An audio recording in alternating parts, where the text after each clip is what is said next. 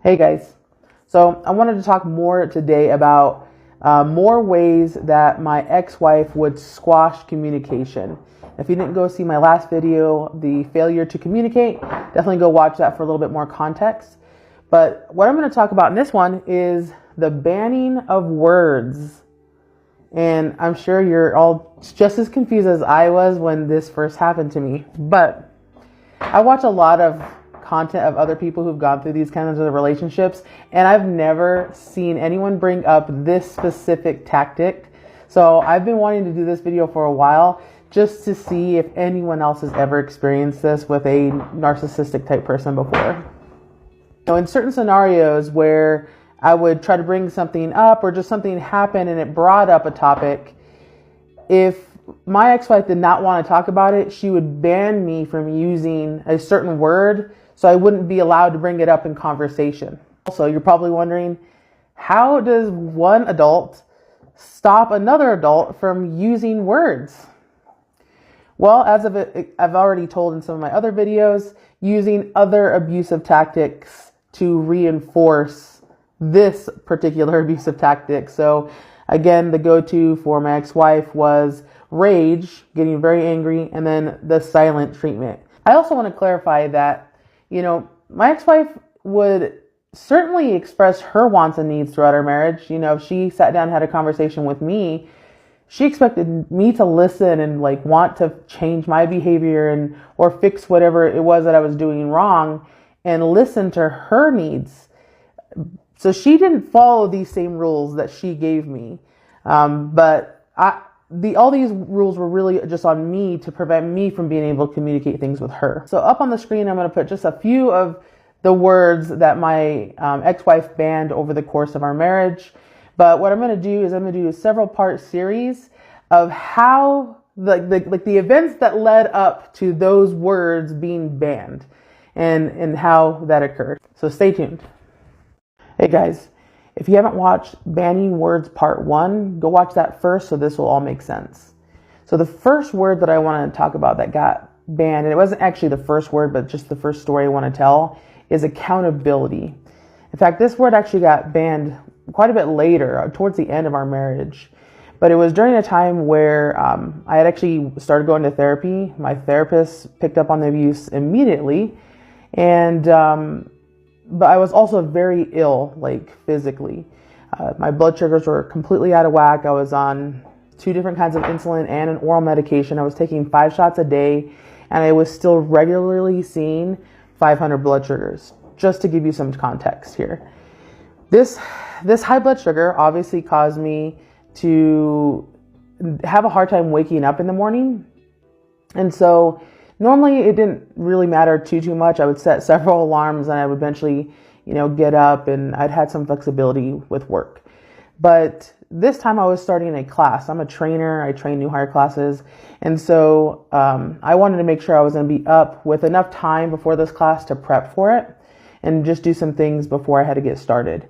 And so I asked my ex-wife if she could wake me up by 6 a.m., make sure that I was up and ready and moving around by 6 a.m. so I could get breakfast going and kind of get my mind prepared and start work a little bit before my class started at 8 a.m. And she said, absolutely, yes. So the next morning I wake up and it is 7:45. And I, of course, am in a full-blown panic. I have 15 minutes, even though I work from home, I have 15 minutes, get awake, get dressed, get to my computer and logged in. So I immediately text my wife and I'm like, hey, I thought you were going to wake me up by 6 a.m. And left it at that, hurry up, get dressed. Before I start heading up the stairs, I get a message back from her mom. I had accidentally messaged our group chat, and I realized that was not good. So she, of course, said something funny and sarcastic to make me realize that I messaged the wrong chat. And so I knew immediately I was in trouble.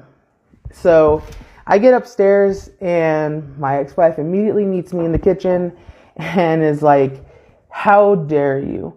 I am not your alarm clock. Don't ever ask me to wake you up again. This is not my responsibility. It's not my fault that you can't wake up. It's not my job to wake you up in the morning. And because I'm running late, all I can really say is, okay, I'm sorry. And I go into my office and lock the door and get started for the day. So luckily I get through the workday and I have therapy that night. Thank goodness. So I go to therapy. I discuss this with my therapist, and I've been thinking all day about this. So of course I'm thinking I've messed up. I messaged the group, the chat with her mom and myself. So that was already a big strike against me. Obviously it wasn't her responsibility to wake me up. I shouldn't have treated her like my alarm clock. And so I go to tell the story exactly saying that. And my therapist was like, whoa, whoa, whoa. Did you ask her to wake you up? And I said, yes. Did she say she was going to? And I said, yes. And she's like, well, then you have the right to be upset. And I was just like, I do? So that immediately at least validated that I wasn't completely crazy for this whole incident. So I go home, and by this point, my ex-wife is also starting to realize that my therapist is starting to wake me up a little bit. And so every day that I had therapy, she would always be really nice to me when I came home. And so she asks me, oh, how did therapy go? And I tell her, it went well, it's fine. And she's like, if you had just told me right before bed, I would have remembered and I would have woken you up. And I was like, okay, well, I'll do that next time. And so that night, when we're laying in bed, getting ready to go to sleep, I say, hey, it's right before bed. Could you please make sure that I get up by 6 a.m? And she said, yeah, absolutely, no problem. So I go to sleep and I wake up and it's like 7:30. And I am just like, my mind is completely blown that this has now happened for a second day in a row. And after she had given me, notes on how to communicate better with her. So I don't send any text messages because I don't want to send a text message to the group chat again by mistake. And I just come upstairs calmly, and she's actually cooking breakfast for me. And so she hands me some breakfast, and I get my coffee, and I sit down, and I'm just like, I'm upset, but I'm not going to say anything. I don't have very much time before work starts, so I just want to get my morning started. And so I'm sitting there pretty much in silence. And she looks at me and she goes, don't tell me that you're mad. And I picked up my breakfast and my coffee and I said, nope. And I go into my office and I lock the door and I just didn't engage. It was really when I started to realize that there was no amount of changes I could make to make her hold herself accountable for the things that she had said that she was going to do. And so later after work, I try to have a conversation with her about this and saying, these like wild goose chases that you send me on, if I just did this or if I just did that, I would have done this the way you asked me.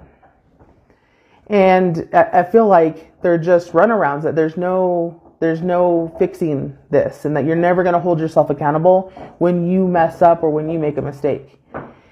And that's when she was like, I'm not doing this intentionally, and you're not allowed to use the word accountability anymore. Accountability is a word that you use with employees, not with your wife. And so you can't use that word anymore. And that is how the word accountability got banned. Hey guys, the next banned word that I wanted to talk about is team or teamwork. Now I have so many stories about all the ways that my ex-wife and I did not work well as a team. But I'm just going to share a couple. The first one, which is one of the most memorable, was actually early on. It was right before our wedding. We were working on the house and trying to get it ready for company. And so I was putting up hooks for curtain rods so we could put up curtains. And so I put up the first hook and had the second hook ready to go, but I wanted to make sure that it was level. So I didn't have a long level at the time. I had like a piece of wood across the two, and it was holding up a smaller level, and I'm up a few steps on a ladder. So I'm up there like juggling multiple things, trying to get these hooks in. But I go to drill in the first screw, dropped it. But I had the second screw on hand, so I was like, I can get at least this one in. I go to screw that one in and drop it as well. So I ask my ex-wife, hey, will you hand me those screws that I dropped? And she said, no. And I thought she was joking at first. So like, I'm trying to look back, holding all this stuff up, and she's dead serious. And I was like, babe, will you please just hand me the screws? I'm up on a ladder. I'm trying to keep this level. Like, can you just hand me the screws? And she got super angry and just stormed off and didn't talk to me the rest of the night. So I have to get down off this ladder, pick up the screws, get back up, re-level everything, finally get it all done, and go to bed for the night. The next day, I tried to talk to her about this, and I was just like, what's going on? Like, I don't understand why it was such a big deal to just have you hand me the screws. You were 30 feet away. And what she told me was, by me asking her to drop what she was doing, I was telling her that what I'm doing is more important, and that she thinks that's unhealthy. She went on further to say that my expectations of working on things together comes from how I was raised, which is true. My family, my parents expected us to help them work on the house, and we did everything as a family. And obviously the way I was raised wasn't the healthiest, but it doesn't necessarily mean that just everything that we do is unhealthy just because. It really made me internalize things, because it really made me think like maybe my whole perception of how to work on things together is unhealthy. So I was obviously left really confused after this conversation, because essentially my ex-wife has just told me that everything that I knew about teamwork or working together was unhealthy, but she didn't offer any alternative or any solutions. And she also certainly didn't stop adding projects to the list for us to work on together. Every other project that we went to go work on together, something always came up to where she couldn't help me finish it. And I mean, no matter how big or small the project was, we needed to put up a privacy fence so the dogs, could be in the backyard. But then she couldn't stand to be outside for more than 5 minutes because the sun made her sick. So I had to have my brother help me put up the privacy fence. We needed to grow a garden. But again, she couldn't be outside for more than 5 minutes at a time. So I tilled the soil, I measured out the plots, I planted the seeds, I pulled the weeds. She wanted to have more and more animals, but she couldn't go outside to pick up dog crap, and she didn't like cleaning the litter box. So I had to do those things for the longest time. We needed to put up a canopy next to the patio so that there was some shade. But she just couldn't be bothered to stand there and hold the ladder so I wouldn't fall off, because that felt degrading to her. But she didn't want to climb the ladder to put the canopy up and have me hold it. So not sure where the solution was there. And after a bunch of these incidents add up, I tried to sit down and have a conversation saying, hey, how can we resolve this issue? How can we start working together more as a team? And she got super upset. I'm tired of you using the word team or teamwork to describe our marriage. Teamwork is a sports term, and so you're not allowed to use that word anymore. And as far as us working on things, it's not my job to process your unhealthy childhood. You need to do that in therapy. So don't ask me to work on anything anymore. I realize now that it was never about her not wanting to work on things with me because my idea of teamwork was unhealthy. The reality was she just didn't want to do it. She wanted me to provide her with the house and the kids and the life that she wanted. She just didn't want to put in the effort to have those things together. This obviously ended up bleeding into something really serious later for me, especially. So before we got married, my ex-wife made it very clear that the absolute most important thing to her was to be a mom. And anyone who's ever known me knows that I have always wanted children. So becoming a mom was also very important to me. But I wanted to raise my children with a partner that I could count on, a partner that I could trust. The only consistent chore that my ex-wife did throughout our entire marriage was laundry.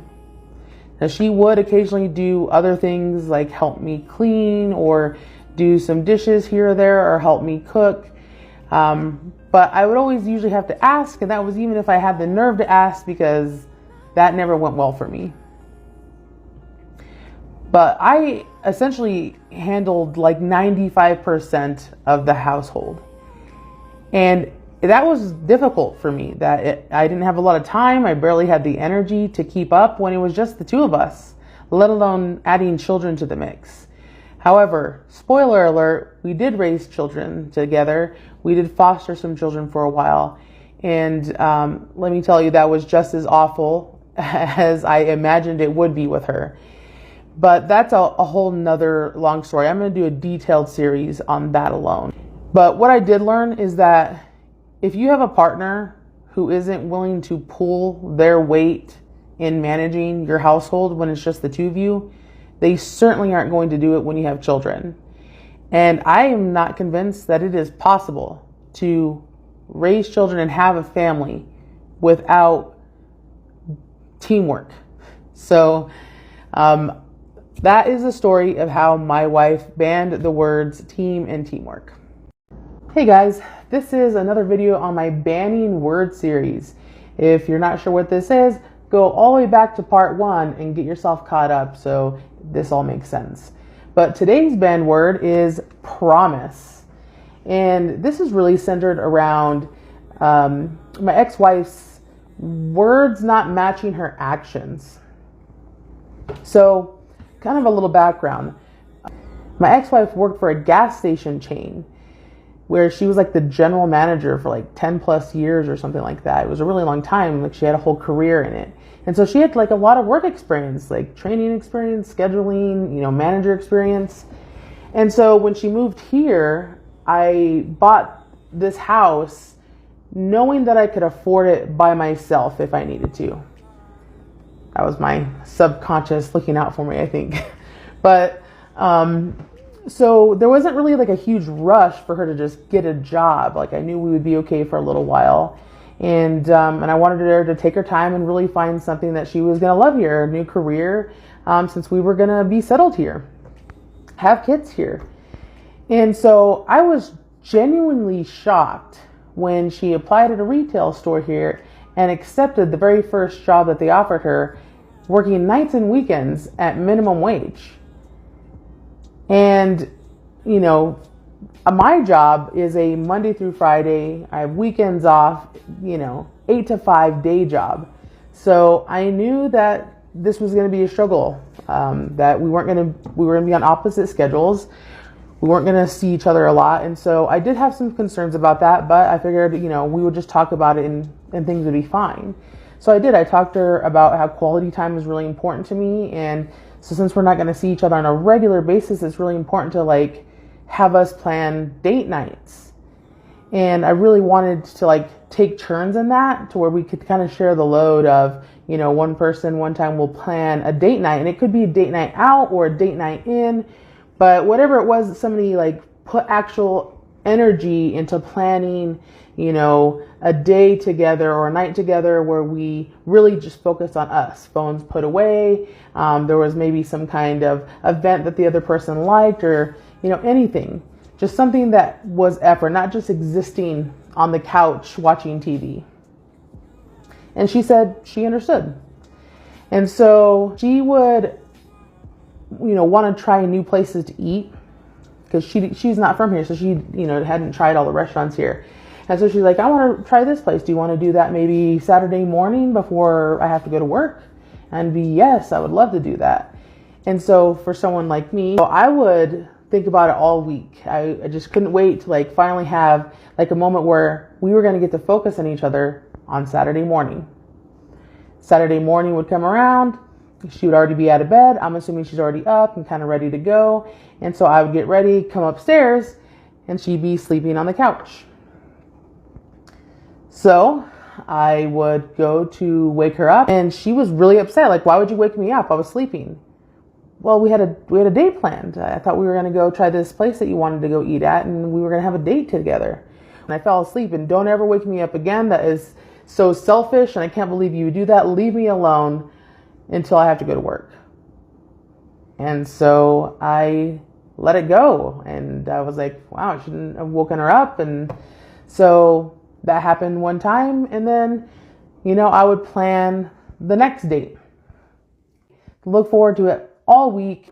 That date would come around and there would be some reason she didn't want to go. Oh, she didn't feel like going out in public. And so she just, maybe next time. That would really upset me, but again, I let it go. And so the next time it would be her job to plan something. The whole week would go by, nothing planned. I'd be like, we're going to plan anything for us? And she says she just didn't have time. She wasn't feeling up for it. And this just continued over and over and over again. And when I would try to talk to her about it, her excuse was not good at planning things. And if that is something that's important to me, I need to plan it. And she'll try to go, but she should have the right to change her mind whenever she wants. She intended on going. She intends on spending time with me. But sometimes that day comes up and, she just doesn't feel like it. And I understand to an extent, but when it's happening more times, where you're canceling more times than you're actually keeping plans, then are you really intending on going? So this really started to bother me, because now it's the expectation that I have to plan everything. And even if I make all the effort, put in all the energy to plan something for my, really this was for me, she might not go anyway. And this became a huge issue to where we were arguing about it. And so I tried to talk to her and tell her, to me, your word is really important. Like, if you're not going to follow through on your word and keep your promises, I don't know how to trust you. And she said, oh, I know how to fix this. I'll just stop using the word promise. And I looked at her and I was like, what? Like, even if you don't say the word promise, if you make plans and don't follow through, like, you're still breaking a promise. She's like, nope, I'm not going to use the word promise anymore. That way I'm allowed to change my mind. And that is how the word promise got banned. Hey guys, so I know it's been a while. I needed to take a little break, but I'm back and I'm here to finish out my banning word series. And I'm going to finish out with the last word that my ex-wife tried to ban, which was the word gaslighting. I'm just going to read a little definition here of what the internet says gaslighting is, but then I'm going to go into more specific details and examples of what gaslighting was in my marriage. So gaslighting is when you make someone question their own reality by presenting false narratives to get them to question their own perception or cause disorientation or confusion. So what does that look like in a relationship? For me, it wasn't just one thing that was, oh, that's gaslighting. It was a series of things that happened continuously over and over and over again that kind of all contributed to gaslighting. So one of the things that my ex-wife would do is, because she couldn't really take accountability for anything, she would shift blame. So it didn't matter what it was. She couldn't possibly be the one in the wrong. Something I did caused her to do said thing. One of the biggest issues that we had was the cheating. So my ex-wife always said that she had never cheated in any other relationship prior to me, clearly implying that there was something wrong with me that caused her to cheat. She would also, anytime that I would bring anything up that she did that was hurtful, she would then say, well, what about this thing that you did 2 years ago that was also really hurtful? and try to distract from whatever I was saying. She would also imply that she was just such a great person that she never brought up all the things that I did that upset her because she loved me so much. So anytime that I would try to bring something up, then all of a sudden she would list the 50 things that she has overlooked and hadn't told me all these months or weeks or years, and that I'm just always complaining about her. Another thing that she would do would be she could not apologize, which is no surprise because, she can't take accountability for anything. So apologies from her would look more like, see, you just didn't tell me this one thing, and that's why I didn't do it the way that you asked. But now I know. But she would always imply that I just didn't know how to communicate, or I didn't say the right thing or do something in the right way, and that's why she did said item. She would also like to say, I'm sorry you feel that way a lot, which of course is not an apology. Or I'm sorry, but, and then try to give an excuse as to why she's not really sorry. She would also say, that never happened, or I don't remember that happening. And then she would start to say things like, oh, see, we just had a miscommunication. We just didn't talk this through. And she would always try to take accountability by saying we didn't understand something when in reality it was her. She also always tried to minimize things. So if I came to her and I told her that this was something that was really important to me or hurtful, she'd always just say that I'm too emotional or too sensitive and would try to minimize it. For example, with the affair, she never acknowledged the affair as an affair. She would always say that it was something that she did that was selfish, but it was just texting. It wasn't a big deal. She would also try to get me caught up in semantics a lot. For example, when I would catch her talking to the woman she had an affair with, I would say, I see that you're talking to her again. And she'd be like, no, I'm not talking to her. I'm just texting her. So she would try to, again, minimize it in a way of like, I wasn't talking to her. I'm just texting her, which she knew what I meant. You're talking to this person again when you're supposed to have no contact. So then I find myself like arguing the word versus what's really going on, which was so frustrating. The last example I want to give is that she would always imply that I was unhealthy. She would always say that I needed therapy. I needed to go to therapy to work on these unhealthy views. It wasn't her job to help fix me in that way. Now, because of constantly implying that I'm the unhealthy one, of course, I'm the one in therapy. Now, my current therapist and the therapist that I was seeing at the time that this had happened, she had recognized the abuse right away. Like second session in, telling me, hey, these things are abusive. I didn't want to hear it. I didn't want to believe it. It still took several months for her to convince me. But I was in therapy and I was asking my therapist to give me better tools. I thought genuinely that there was something wrong with me. I didn't know how to communicate, and I wanted to be a better communicator with my wife. And so this is going to make sense later why I'm talking about this, but one of the things that she would do, my therapist would give me homework to work on. She would give me things like activities to do to help me regulate my nervous system, and tools that I could use to help better communicate with my ex-wife. And she would encourage me to try them out. But every time that I would, it would turn into a huge argument, because although my ex-wife wanted me to go to therapy because I needed it, because I'm the one who needed it, she didn't think that she had to do any of the homework with me. And it wasn't really that she had to do the homework. It was that I was trying to do the homework and communicate better with her, but she didn't want to participate in that because she knew that the things that my therapist was giving me was actually exposing that she was trying to squash communication between us. And as long as she could keep communication squashed, nothing would ever get resolved. I could never express any want or need, and she could just continue being the same person that she has always been. I also want to preface that the word gaslighting was a well-known word to both my ex-wife and I. We used it all the time. I've mentioned in other videos that we were foster parents, and the boys that we were fostering, we dealt with their biological parents. And the dad of the boys was also very narcissistic, abusive, and a gaslighter.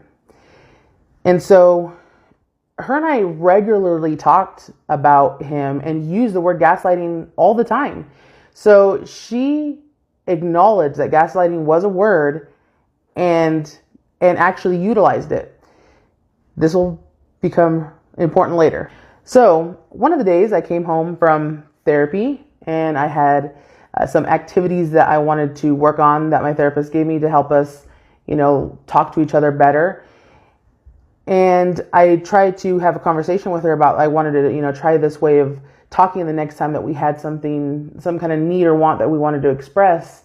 And she became very irate and said she didn't think that she had to do these things, that I needed to do the homework and that was on me. And so this was the day that I was just feeling extra, sassy or something. And so I was like, you're gaslighting me right now. This is gaslighting.